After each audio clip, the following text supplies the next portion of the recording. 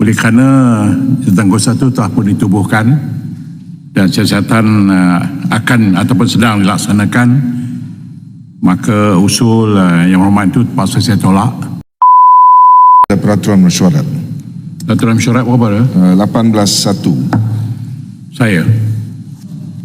18.1. Siapa ahli selain menteri boleh berdiri di tempatnya dan meminta kebenaran hendak merundingkan perkara tertentu berkenaan kepentingan orang ramai yang berkehendak disegerakan dengan membaca teks usul yang diluluskan oleh Tuan Yang di-Pertua.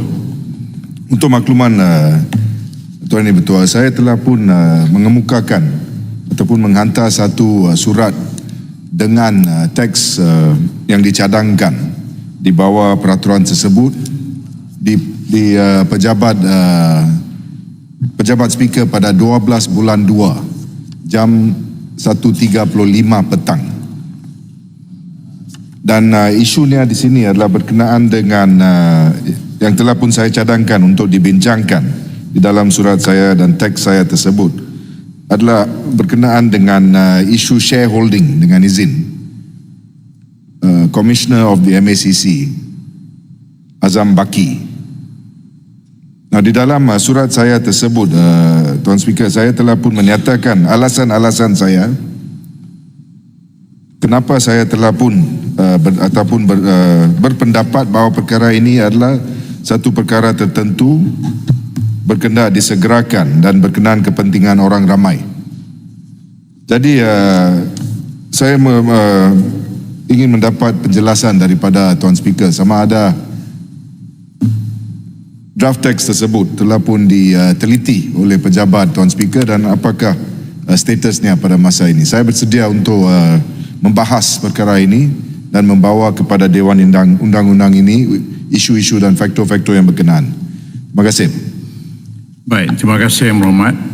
Saya telah pun mengesahkan dengan ini bahawa saya telah mendapat usul yang telah Yang Berhormat kemukakan kepada saya pada 12 Februari dan saya telah pun menjalankan siasatan dan saya difahamkan bahawa satu jawatankuasa khas siasatan bagi isu pemilikan saham oleh Ketua Suruhanjaya Pencegah Rasuah SPRM dan jawatankuasa khas itu difungsikan oleh Peguam Negara telah ditubuhkan bagi melaksanakan siasatan secara terperinci mengenai isu itu.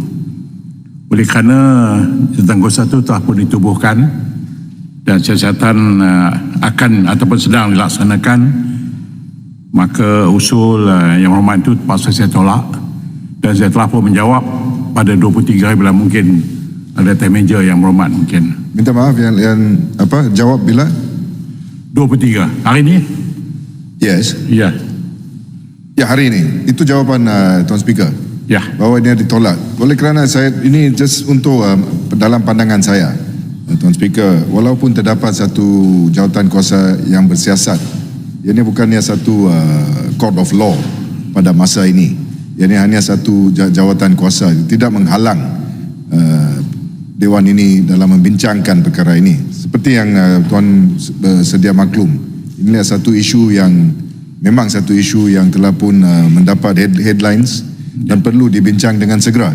Oleh kerana ianya merupakan satu isu yang melibatkan Ketua SPRM.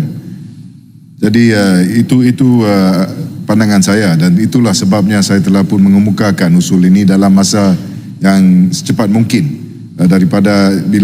dari masa kami menerima berita ini, iaitu seminggu sebelum Hari Raya Cina. So that is the reason why, dengan izin Tuan Speaker, we say that it is extremely urgent for it to be debated, Tuan Speaker. Baik, saya faham. Tetapi oleh kerana jawatankuasa itu telah pun ditubuhkan, eloklah seperti juga kes-kes yang lain, kita memberikan peluang untuk jawatankuasa itu menyiasat supaya tidak ada gangguan yang berlaku terhadap siasatan dan apa juga keputusan itu mungkin dalam masa terdekat ini mungkin setelah kita mendapat keputusan apa-apa juga keputusan yang dicapai oleh jawatankuasa itu, mungkin saya akan membenarkan perbahasan akan berlaku. Terima kasih.